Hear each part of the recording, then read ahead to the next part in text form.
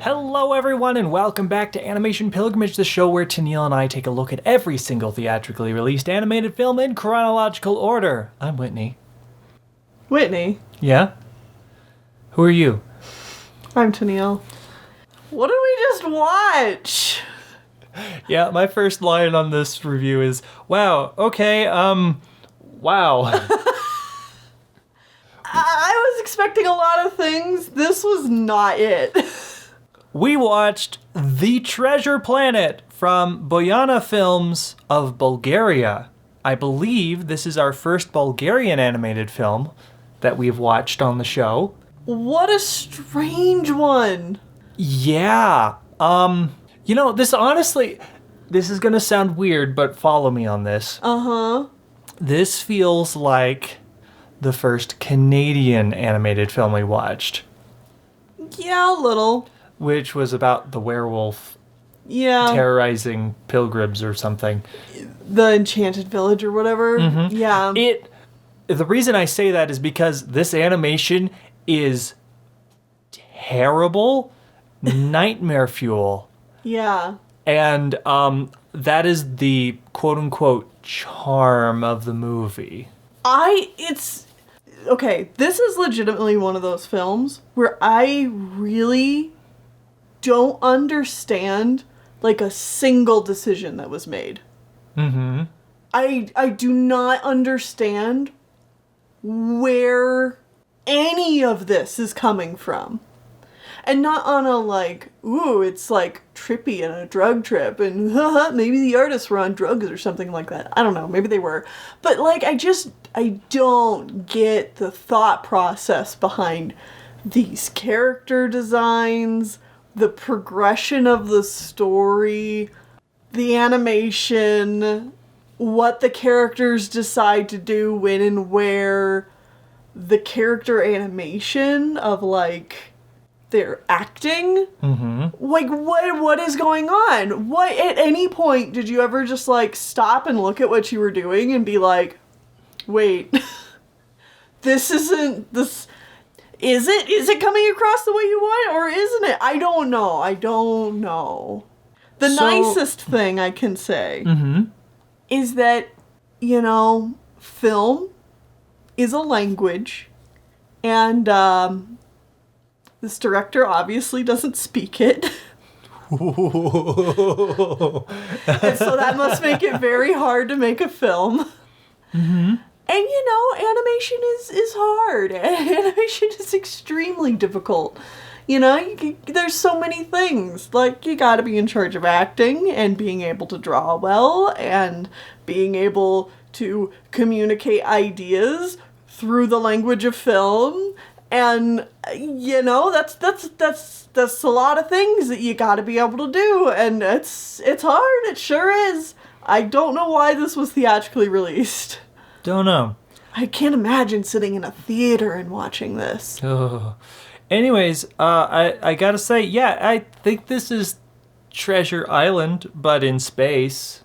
Mm-hmm. But like a horrible, demented animation monster version of it. Mm-hmm. So, like, plot-wise, if you are familiar with the original Treasure Island, a lot of the quote-unquote plot beats are the same.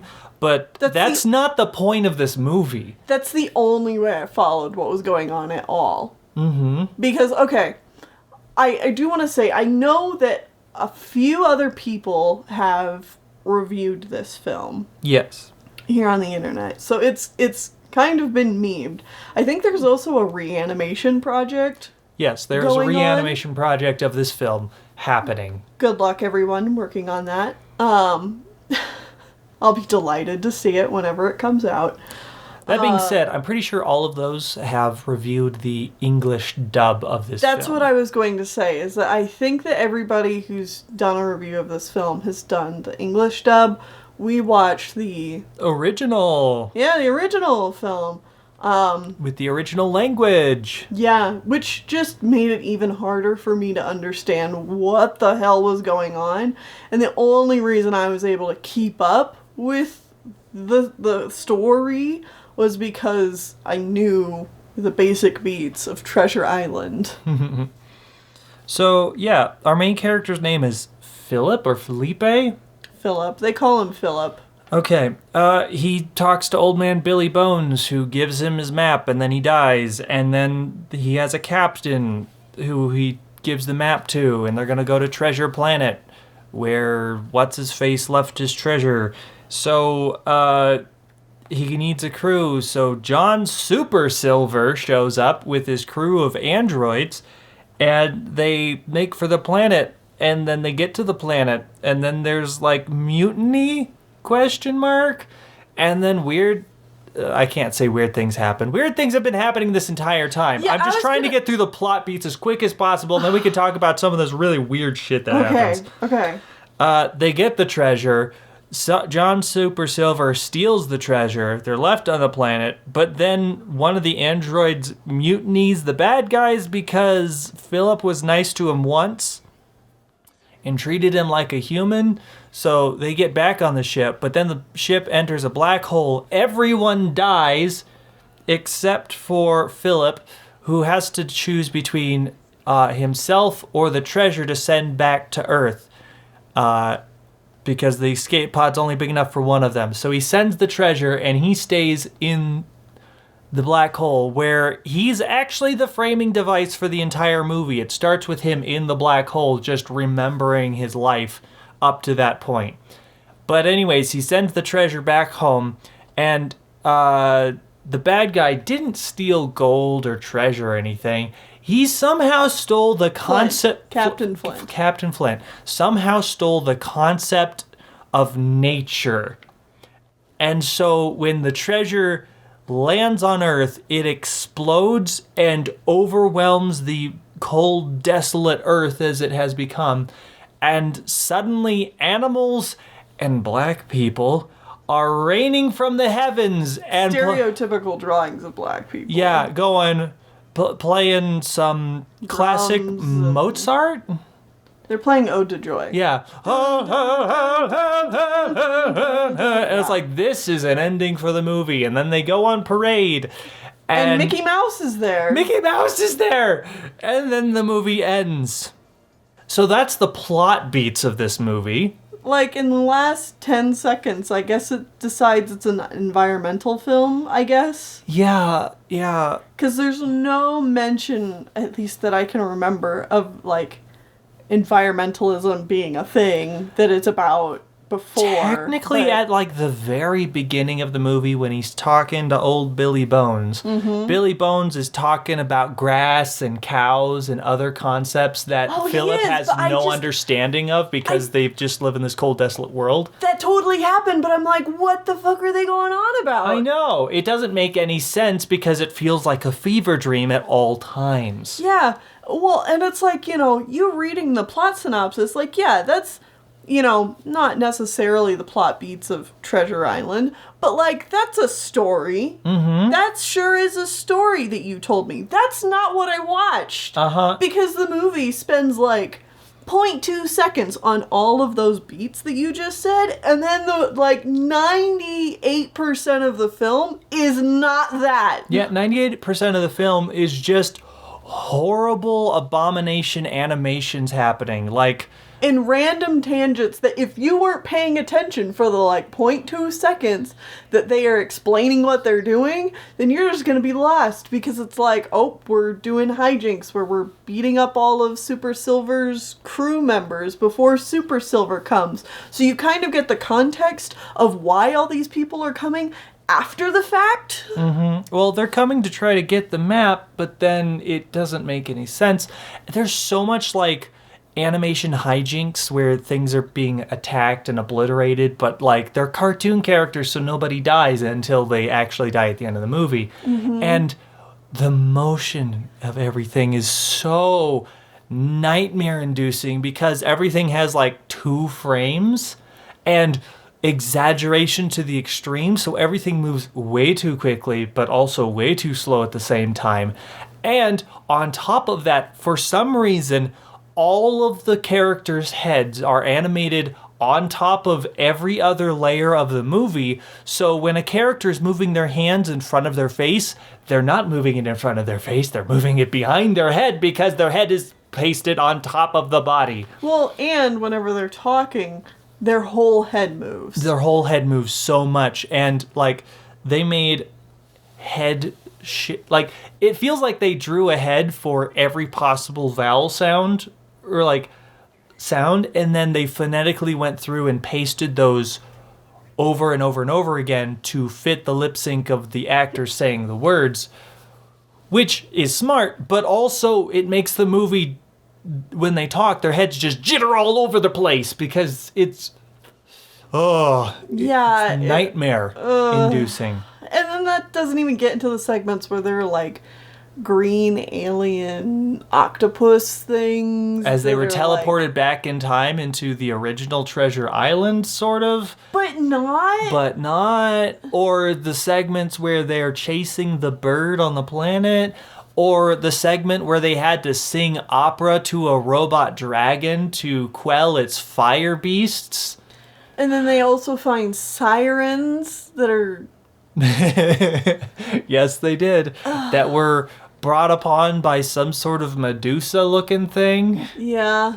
And then everybody's expressions in this film are just like dead inside.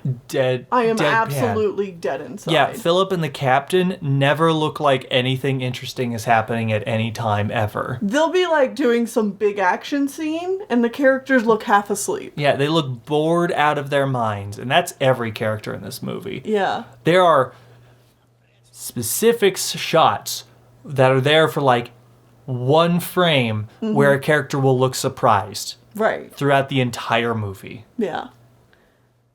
What is this film? What is going on? But, like you said, multiple people have reviewed this already on the internet, and there is a reanimation project happening. There is a cult following for this film, and people really love how weird this film is. For sure. And I mean, especially, I guess, because I did watch a couple of clips from the English dub. Especially if you're watching the English dub and you speak English, there's a lot of, like, memeable moments, you know, from how awkward and weird it is. Because we did not get that experience, this was just... Oh, it's still awkward and weird. It's still awkward and weird, but not necessarily memeable because we don't speak the language. So I was just like barely hanging on to what the movie was going for anyway. Also, speaking of what the movie was going for, at the very end, Philip says something along the lines of... I have it written down. Okay, yeah. Because I didn't tell you the true ending to the movie.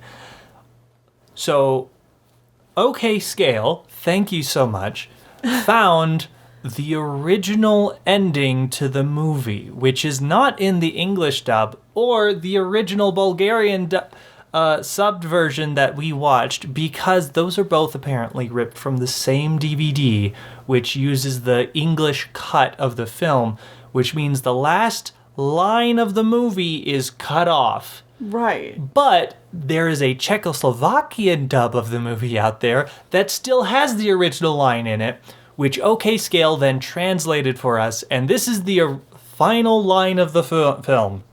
No, I am not condemned to eternal imprisonment in the black hole. You should clarify, this is being spoken by Phil. Yeah, this is Philip, who has been like the framing device for the whole movie, who's stuck in the black hole. But this is him saying, no, I'm not stuck to eternal imprisonment in the black hole. Every day at sunrise, I come here to Earth, and I incarnate into some boy.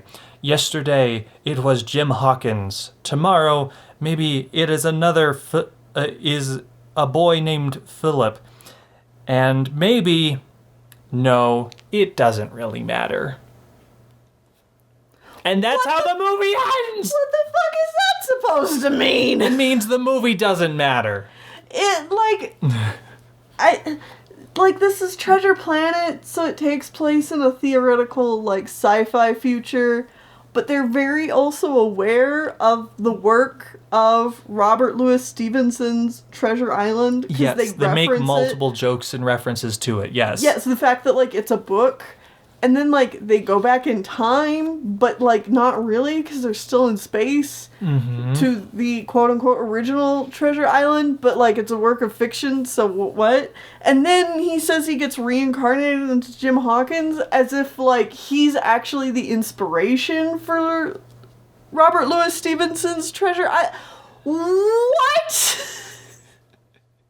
I don't think you're supposed to think about it too hard, but it's such a weird extra line to cut from the film. Yeah. Because the movie's weird enough. Why did you cut this line? It's not like it's going to make it weirder. I don't know. I have no idea. I have no idea. This one is so bizarre. Okay. Let's talk about some of the production of this film. Yes. So, the director is Rumen Petkov, made by Sofia Animation Studio. Petkov was one of many artists on a popular children's comic in Bulgaria called Duga, which basically translates to rainbow.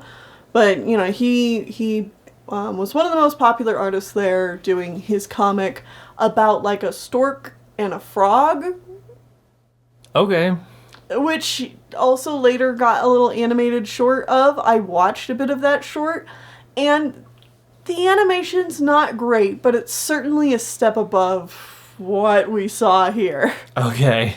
He's also a painter. I looked at some of his paintings, and honestly, his paintings are perfectly fine. His paintings, he seems to have a focus mostly on, like, abstract art and, like, getting the mood or a feeling through a lot of, like, abstract shapes put together in, like, kind of disparate art styles put together to, like, create a mood or a feeling or something like that. I just took a brief look at his art. I can't give you a whole deep dive on it.